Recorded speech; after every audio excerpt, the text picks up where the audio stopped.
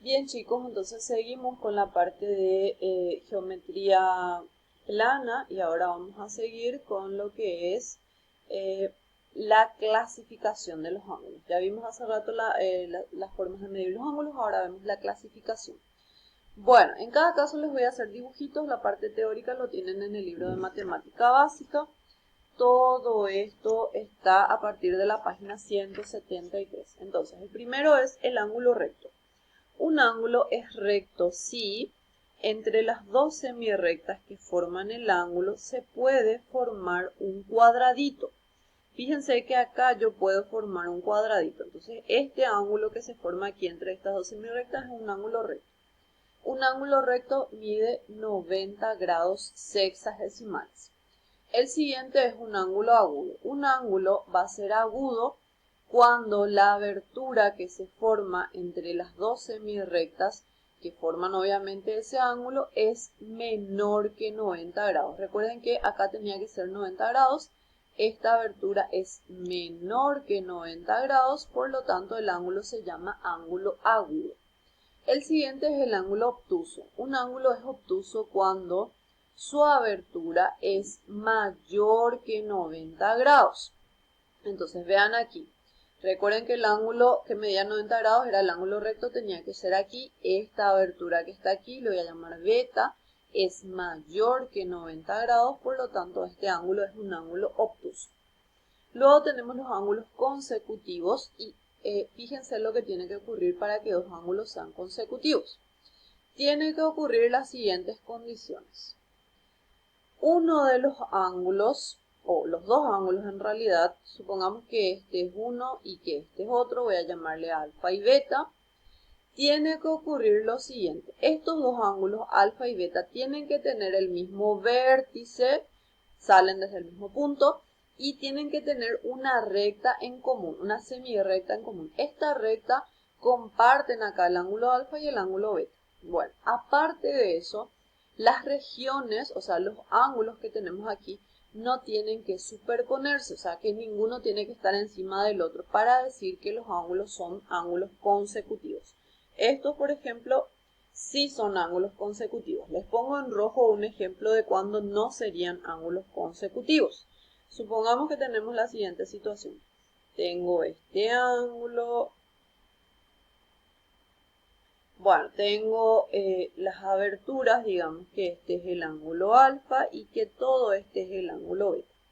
Aquí estos dos ángulos, alfa y beta, salen desde el mismo vértice, desde aquí salen los dos ángulos, comparten un lado porque este lado es un lado de beta y también es un lado de alfa. Pero ahora el ángulo beta agarra una parte de lo que es el ángulo alfa. Entonces acá quiere decir que se están superponiendo. Este no es este es un ejemplo de los que no son ángulos consecutivos. Entonces recuerden eso. Luego tenemos los ángulos adyacentes. Para que dos ángulos sean adyacentes tiene que ocurrir la siguiente situación. Tiene que darse de que los dos ángulos sean consecutivos. ¿Qué quería decir que sean consecutivos? De que comparten un mismo vértice. Supongamos este ángulo alfa y este ángulo beta. Comparten un mismo vértice, comparten un mismo lado, los ángulos no se superponen, uno no está encima del otro, y para que sean adyacentes tienen que ser consecutivos y además la suma de las medidas de los dos ángulos tiene que ser igual a 180 grados. Eso quiere decir gráficamente que los dos ángulos tienen que completarse sobre una línea recta. Todo esto que está acá es igual a 180 grados. Todo esto es 180 grados. Entonces, eso es lo que tiene que pasar para que los ángulos sean adyacentes. Luego tenemos también los ángulos opuestos por el vértice. Para que dos ángulos sean opuestos por el vértice ocurre lo siguiente. Bueno, supongan que yo tengo el ángulo alfa por aquí y fíjense lo que pasa. Si yo el lado este, que es un lado de alfa, lo prolongo hacia el lado contrario, tengo esta semirrecta. Si este lado lo prolongo al lado contrario, tengo la otra semirrecta. El ángulo beta se forma con las prolongaciones de las semirrectas que forman el ángulo alfa. Si eso ocurre, entonces se dice que los ángulos son opuestos por el vértice. Una propiedad importante es que siempre los ángulos opuestos por el vértice tienen la misma medida. Bueno, el siguiente caso son los ángulos suplementarios. Dos ángulos van a ser suplementarios cuando la suma entre sus medidas es igual a 180 grados. No importa la posición de los ángulos, pueden estar los dos aquí en uno mismo o pueden estar separados. Si yo al sumar los dos ángulos el resultado me da 180, entonces digo ya que los ángulos son suplementarios. Y el siguiente, los ángulos complementarios, son aquellos, dos también tienen que ser, son dos ángulos cuya suma de sus medidas es igual a 90 grados. Bueno, lo que hay que acordarse para estos dos últimos es que los ángulos suplementarios son de a 2. Yo no puedo decir que tres ángulos son suplementarios, siempre de a 2. Los ángulos complementarios también de a 2. Para que sean suplementarios, las medidas de los dos ángulos tienen que ser igual a 180. Para que sean complementarios, las medidas de los dos ángulos tienen que ser igual a 90 grados. Bueno, entonces ahí tenemos todo lo que es la clasificación de los ángulos. Ahora vamos a ver lo que son los ángulos formados por dos rectas cortadas por una secante. Bueno, imagínense la siguiente situación.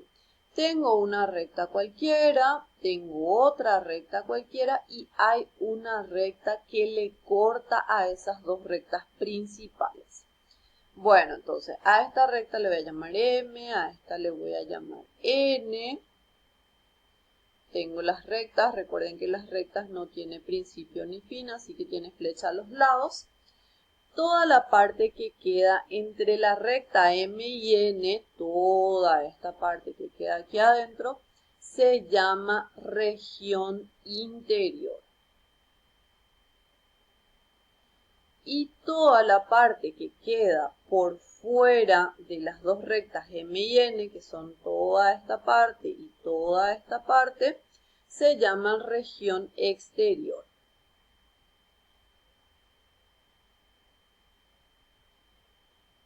Aquí también región exterior.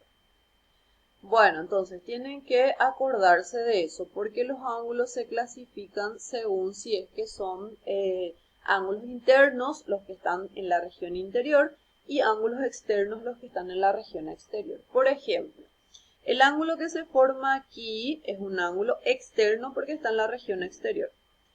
El ángulo que se forma aquí es un ángulo externo porque está en la región exterior.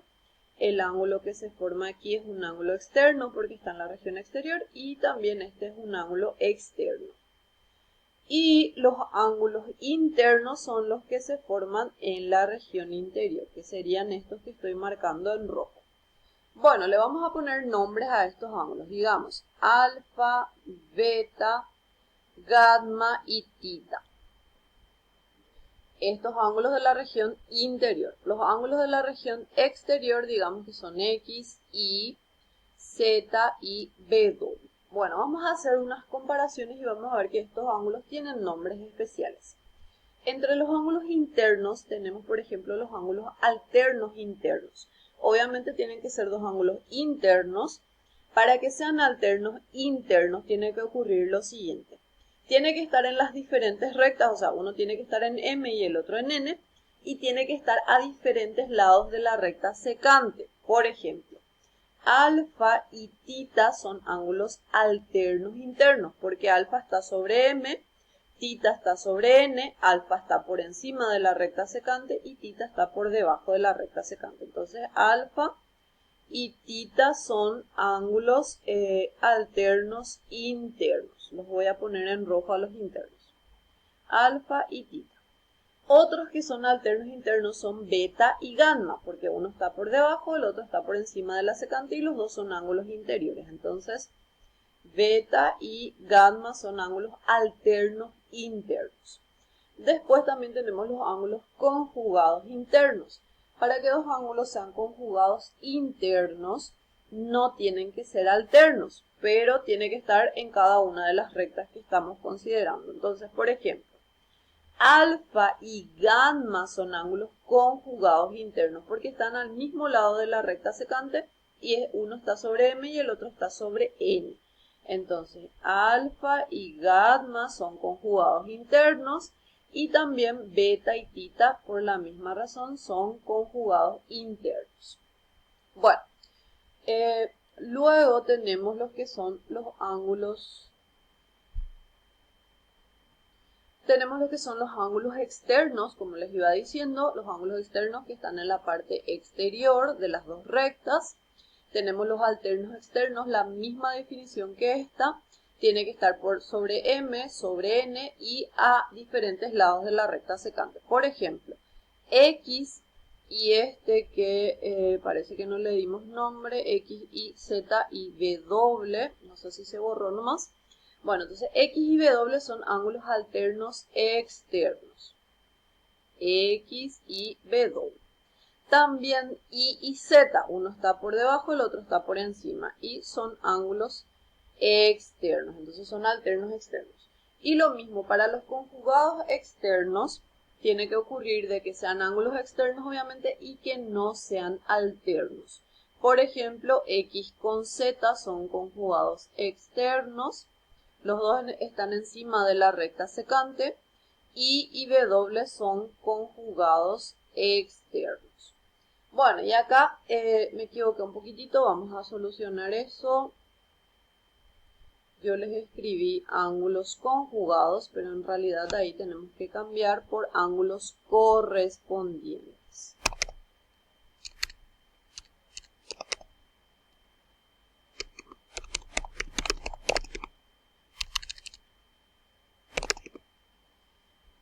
Ok, les cuento un poquitito cuando dos ángulos son correspondientes.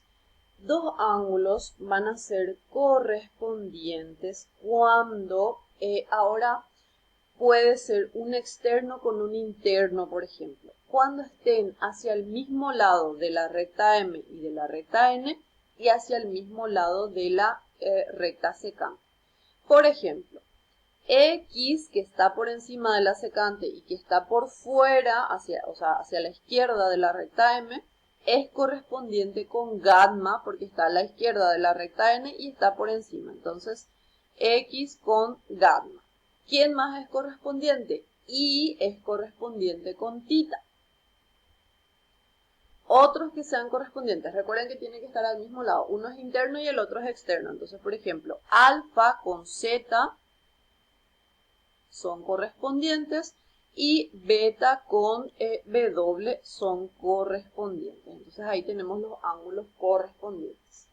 Si las rectas M y N no son rectas paralelas, recuerden que rectas paralelas quiere decir que si yo por más que prolongue nunca se tocan, esas rectas son paralelas. Si la M y la N no son paralelas, se cumplen ciertas condiciones y las condiciones que se cumplen son las siguientes. Estas son las propiedades.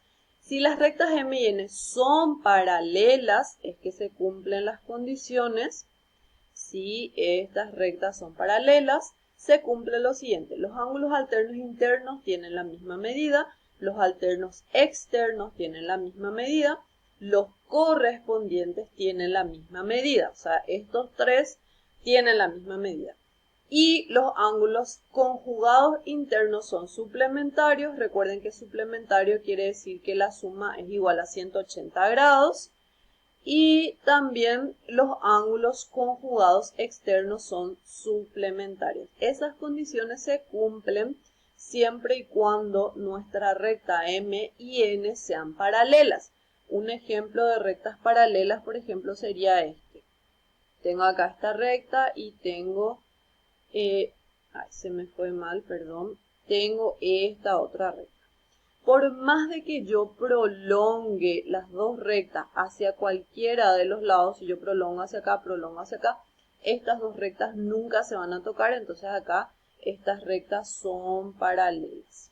Si las rectas son paralelas, se cumplen las condiciones que les conté aquí, que tienen todo anotado ahí.